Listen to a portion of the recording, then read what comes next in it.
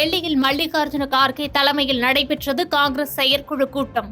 எதிர்க்கட்சித் தலைவரை தேர்வு செய்வது குறித்து காங்கிரஸ் செயற்குழுவில் ஆலோசிக்கப்பட்டதாக தகவல்.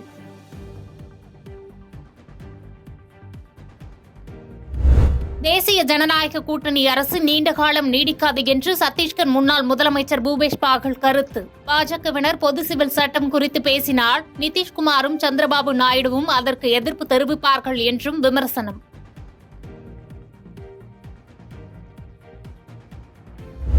இரண்டாயிரத்து 26 சட்டமன்ற தேர்தலிலும் பாஜகவுடன் கூட்டணி இல்லை என்று எடப்பாடி பழனிசாமி திட்டவட்டம். 2026 சட்டமன்ற தேர்தலில் அதிமுக தலைமையிலான கூட்டணி வெற்றி பெற்று தனி பெரும்பான்மையுடன் ஆட்சி அமைக்கும் என்றும் உறுதி. நாடாளுமன்றத்தில் 40,000 ஓட்டு கூடுதலாக வாங்குறாரு. ஆக மக்கள், தமிழ்நாட்டு மக்கள் விழிப்புணர்வு உள்ளவர்கள். எந்த சமயத்தில் எப்படி வாக்களோ அப்படி வாக்களிப்பார்கள். 2026 சட்டமன்ற தேர்தலில் அனைத்து இந்திய அண்ணா திராவிட முன்னேற்ற கழக தலைமையில் அமைக்கப்பட்ட கூட்டணி பெரும்பான்மையான இடங்களில் வெற்றி பெற்று அதிமுக ஆட்சி அமைக்கும் என்பதை திடமாக சொல்லுங்கள். நீட் தேர்வு முடிவுகளை ரத்து செய்ய உத்தரவிடக் கோரி மகாராஷ்டிராவின் ஏக்நாத் ஷிண்டே தலைமையிலான அரசு வலியுறுத்தல். நீட் தேர்வு முறைகேடு தொடர்பாக நீதிமன்றத்தில் முறையிடவும் அம்மாநில அரசு திட்டம்.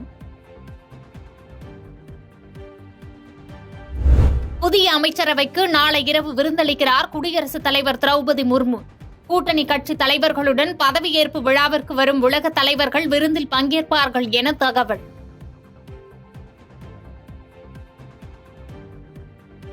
பல்வேறு இடங்களில் மீண்டும் வென்றிருந்தாலும் சில மாநிலங்களில் எதிர்பார்த்த முடிவுகள் கிடைக்கவில்லை என்று கார்கே பேச்சு.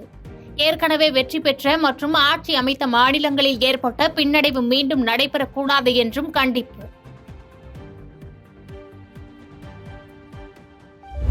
தென்னிந்திய பகுதிகளின் மேல் வளிமண்டல சுழற்சி நிலவுவதன் எதிரொலி.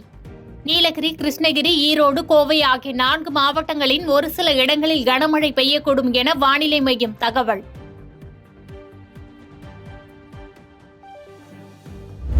தென்காசி மாவட்டம் கருத்தப்பிள்ளையூரில் ஊருக்குள் புகுந்த கரடியால் பொதுமக்கள் கடும் அச்சம்.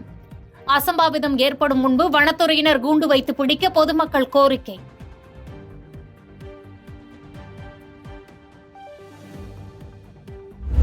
நத்தம் அருகே களை கட்டிய வாரச்சந்தை. 5 கோடி ரூபாய்க்கு மேல் ஆடுகள் விற்பனையானதால் வியாபாரிகள் மற்றும் விற்பனையாளர்கள் மகிழ்ச்சி.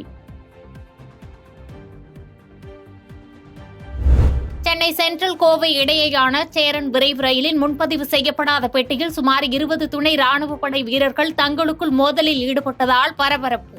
தட்டி கேட்ட பயணிகளை காலணியால் அடித்தும் துப்பாக்கியை காட்டியும் மிரட்டியதால் நீடித்த பதற்றம்.